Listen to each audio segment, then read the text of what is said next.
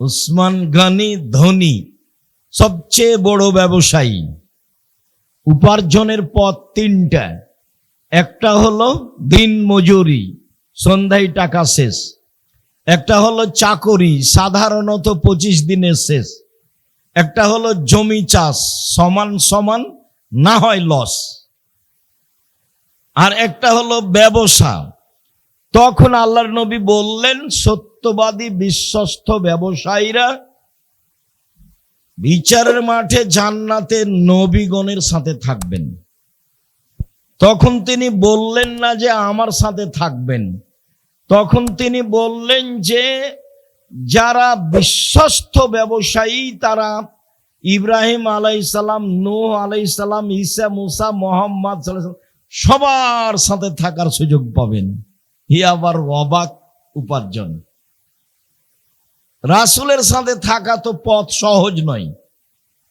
একজন সাহাবী আল্লাহ রাসূলের কাছে রাতে অজু আর মেশকের পানি নিয়ে গেলেন। মেশক আর অজু করার পানি নিয়ে গেলে উনি খুশি হলেন। তারপরে বললেন, সালমা শেতা, তুমি চাও কিছু, খুশি হয়ে। তো সাহাবী বলছেন, আসআলুকা মুরাফাকাতাকা ফিল জান্নাহ, আপনার সাথে জান্নাতে থাকতে চাই। তখন আল্লাহ রাসূল বলেন, আওয়া গায়রা যালিক, না এইটা নয়, এইটা নয়, অন্য কিছু চাও। তো সাহাবী বললেন, হুয়া যাকা, ওটাই আমি চাই। তখন আল্লাহ রাসূল বললেন, তাহলে আইনি আলা নাফসিক বিকাসরাতি সুজুদ, বেশি বেশি নফল সালাত আদায় করে আমাকে সাহায্য করো। আসলে তাহাজ্জুদ পড়া ছাড়া আমি কাউকে সাথে নিয়ে থাকতে পারবো না। তো এত খুশি হয়েও একজনকে সাথে নিতে পারছেন না, বলছেন যে আমাকে সাহায্য করো। আর এইখানে বলছেন যে সত্যবাদী বিশ্বস্ত ব্যবসায়ীরা নবীগণের সাথে থাকবেন। কেন এত? দিন মজুরি করে অসহায় মানুষের পাশে দাঁড়ানো যায় না। চাকরি 25 দিনে টাকা শেষ, কেমনে দাঁড়াবেন? জমি চাষ সমান সময় না হয় লস, কেমনে অসহায় মানুষের সহযোগিতা করবেন? তাহলে একটাই পথ, সেটা হলো ব্যবসা। ব্যবসা করেই মানুষ অসহায় মানুষের সহযোগিতা করতে পারে, এদেশের বেসরকারি কওমি মাদ্রাসায় দান করতে পারে। তাই আল্লাহর নবী বললেন, পৃথিবীর মানুষ শুনে রেখো, বিশ্বস্ত ব্যবসায়ীরা নবীগণের সাথে জান্নাতে থাকবেন। এর একটা বড় মাধ্যম। যদিও মানুষ না বুঝে মনে করছে যে আমি আমার টাকা দিয়ে সরকারকে উঠাবো আর বসাবো, ওটা তাদের ভুল হিসাব। মানুষকে ব্যবসা করতে হবে এই জন্য যে আমি অসহায় মানুষের পাশে দাঁড়াবো এবং জান্নাত কিনে নিব, পাওয়ার হিসাব করি না, কিনে নিব। আল্লাহ বলেছেন যে আমি জান্নাত তোমাদের মাল ও জানের বিনিময়ে বিক্রি করে দিলাম। যাও, আমি তৈরি করেছি জান্নাত, তোমাদের সম্পদ আর তোমাদের আত্মার বিনিময়ে আমি এটা বিক্রি করে দিলাম। উনি বিক্রি করে দিয়েছেন মানুষের কাছে। এই কথা আল্লাহ বলেন।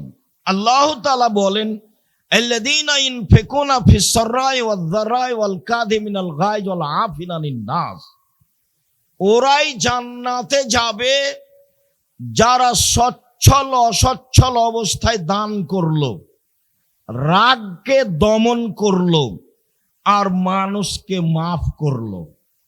তিনটি গুণের অধিকারী যারা সচ্ছল, জামিয়া সালাফিয়া তেঘরা বিরল দিনাজপুরে 5 লক্ষ টাকা দিল, অসচ্ছল 5 টাকা দিল। আল্লাহ বলছেন সচ্ছলও দিল, অসচ্ছলও দিল, তখন তার জন্য জান্নাত। মানে জান্নাতের মাধ্যম হলো দান। সম্মানিত দিনী ভাই বোন, আল্লাহ তাআলা বলেন, ইয়ামহাকুল্লাহু রিবা ইউরবিস সাদাকাত, দান মানুষের সম্পদকে বাড়িয়ে দেয় আর সুদ মানুষের টাকাকে কমিয়ে দেয়। সুদ খেলে মানুষ নিঃস্ব হবেই। আল্লাহর নবী বলছেন যে ইন্নার রিবা ওয়াইন কাসরা ফাইনা আকিবাতাহু তাসিরু ইলা কাল্লিন, সুদে যদিও টাকা বাড়ে, তার শেষ ফলাফল হচ্ছে নিঃস্ব। সুদ খেলে মানুষ একদিন না একদিন ভিক্ষুক হবেই, এটাই চিরসত্য। কিস্তি উঠালে তার বাড়িঘর একদিন হারিয়ে যাবে, এটাই ঠিক, হারাতে হবে।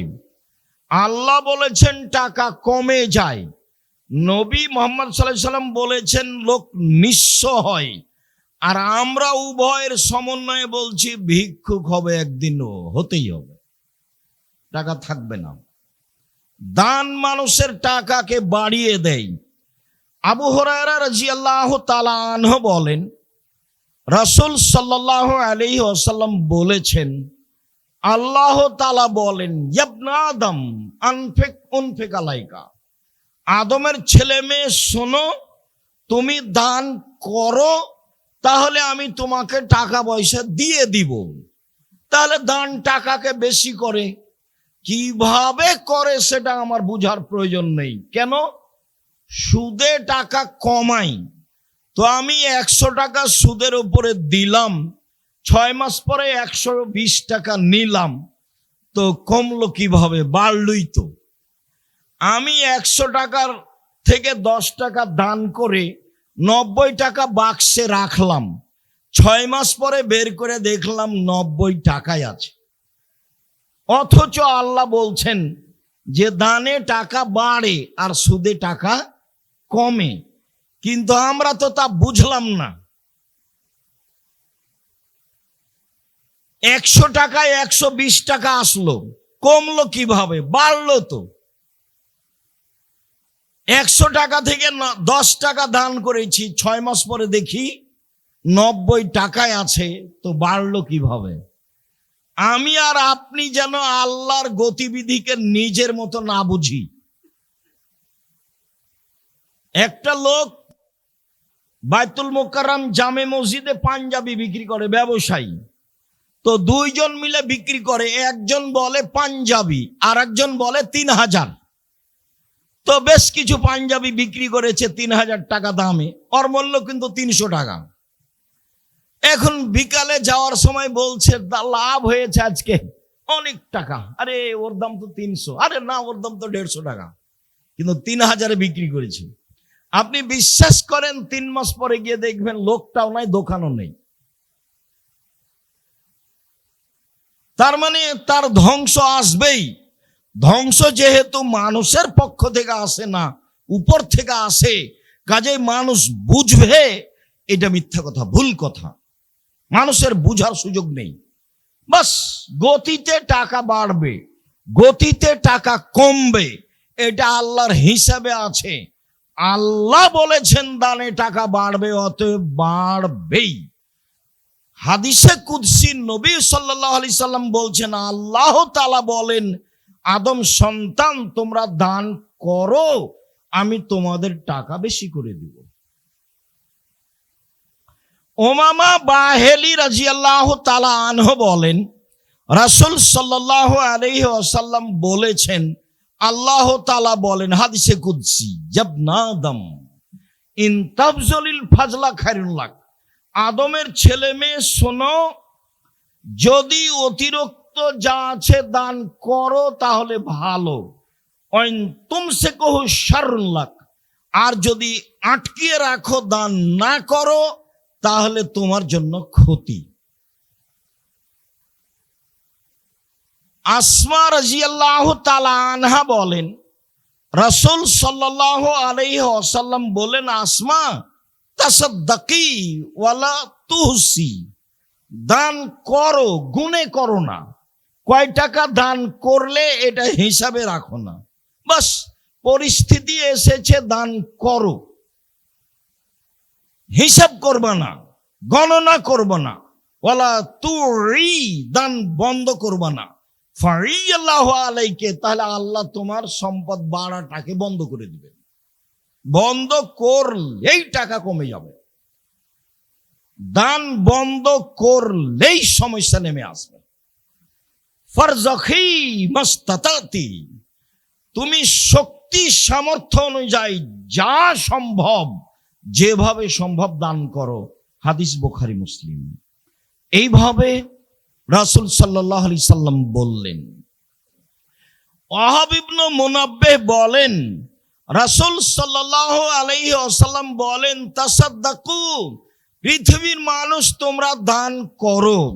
ইয়েতি আলাইকুম জামানুন এমসি রাজুলু বিসাদাকাতিহি, অচিরে এমন একটা সময় চলে আসবে মানুষ তার টাকা পয়সা নিয়ে ঘুরে বেড়াবে।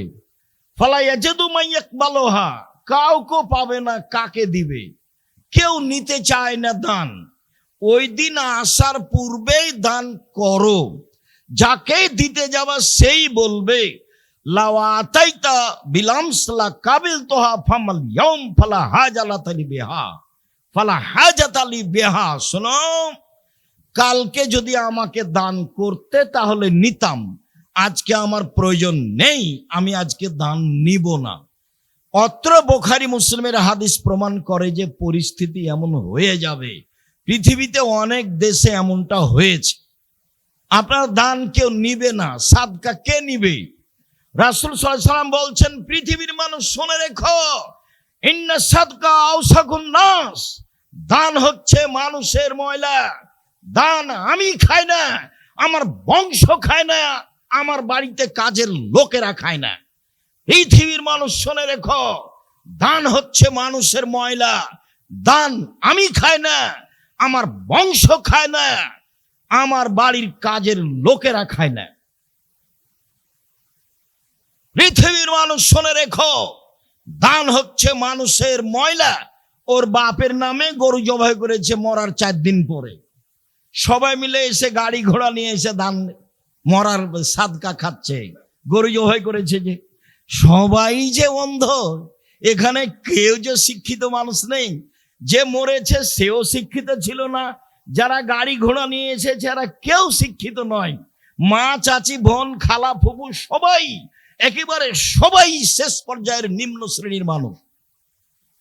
যদিও আপনার দিনাজপুর শহরে ঘটনা ঘটছে, যদি আপনি মনে করেছেন যে সবাই বড় বড় ব্যবসায়ী, সবাই বড় বড় মাস্টার ডিগ্রি পাস, বড় বড় ডাক্তার এসেছে, দিনাজপুর শহরের ধনী মানুষ মারা গেছে, চতুর্থী দিনে না 10টা গরু জবাই করেছে, কত মানুষ এসেছে, সবাই একেবারে নিম্ন শ্রেণীর মানুষ, মনে কিছু নেবেন না, ওকে আমি ইতর শ্রেণীর মানুষ মনে করি।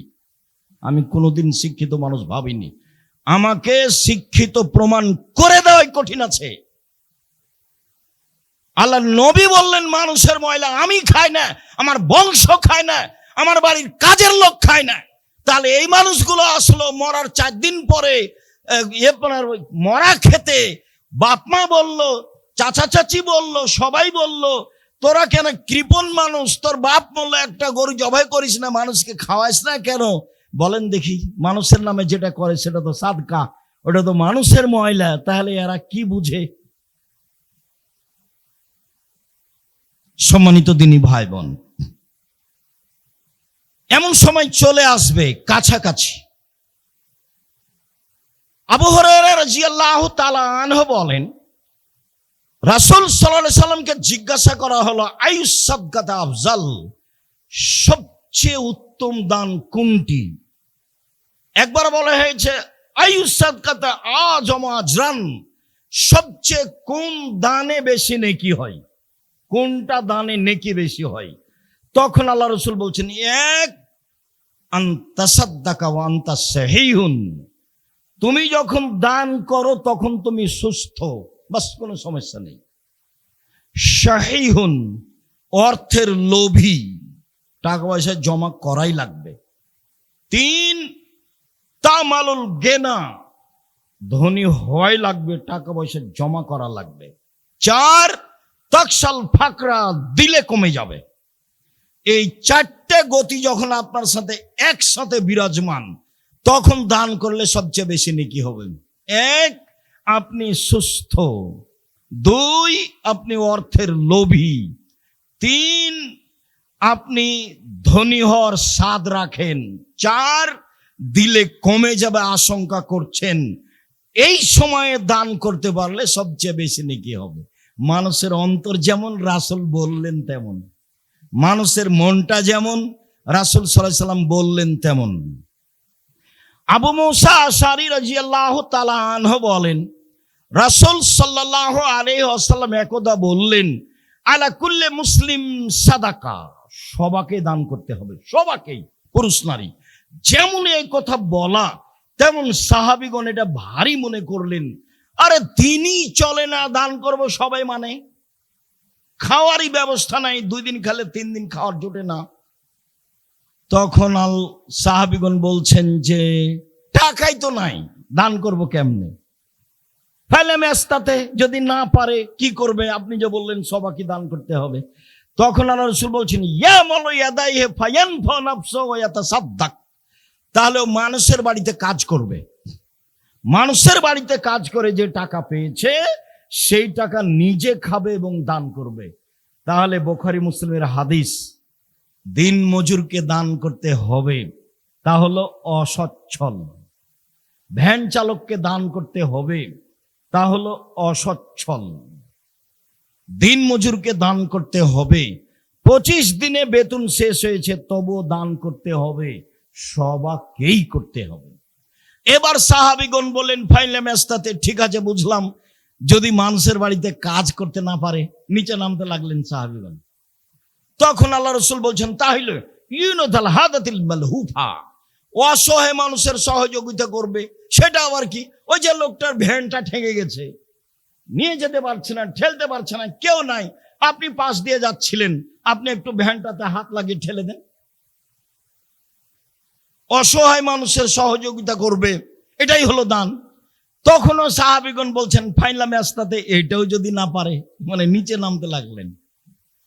তখন আল্লাহ রাসূল বলছেন, ইউমসিক নাফসাহু আনি শাররে ফাইনালাহু সাদাকা, তাহলে নিজেকে পাপ থেকে ঠেকিয়ে রাখবে, এটাই হলো দান। তোমরা ছেলেরা যারা টাকা পয়সা নেই, ব্যবসা বাণিজ্য করতে পারো না, চাকরি পাওনি, বড় মোবাইল ব্যবহার করবো না, বন্ধ করে দাও, দানের নেকি হবে। ওটা তো আল্লাহ রাসূল বলছেন, এখানে আমাদের কিছু করার নাই। বুখারী মুসলিমের হাদিস।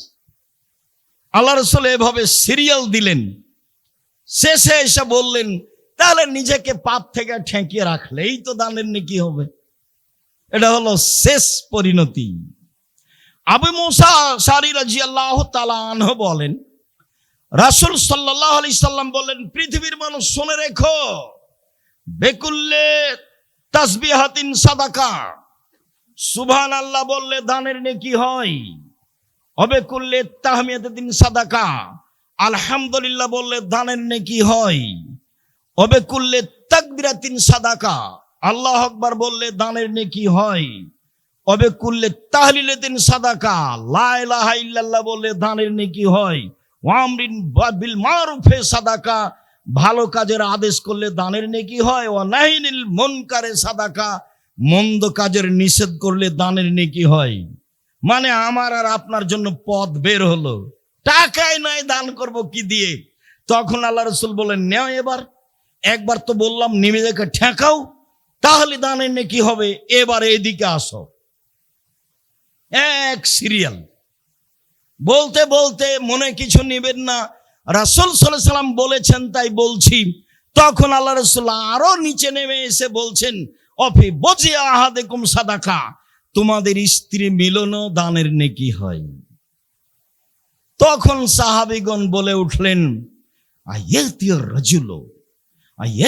রাজুলু শাহওয়াতাহু ওয়ালাহু ফিহা সাদাকা, মানুষ তার স্ত্রীর সাথে তার প্রবৃত্তিকে মিটাবে, তাতে দানের নেকি হবে? এটা কেমন হলো?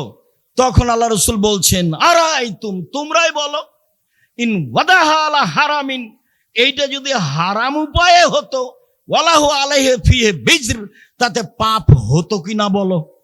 তখন আমরা তো সবাই বলবো, হ্যাঁ পাপ হতো। তাহলে পাপ যদি এখানে হয়, তাহলে সেখানে নেকি হতে হবে। দুটাই মুখামুখি। রাসূল সাল্লাল্লাহু আলাইহি সাল্লাম মানুষের পথ সহজ করলেন। সম্মানিত দিনী ভাই বোন,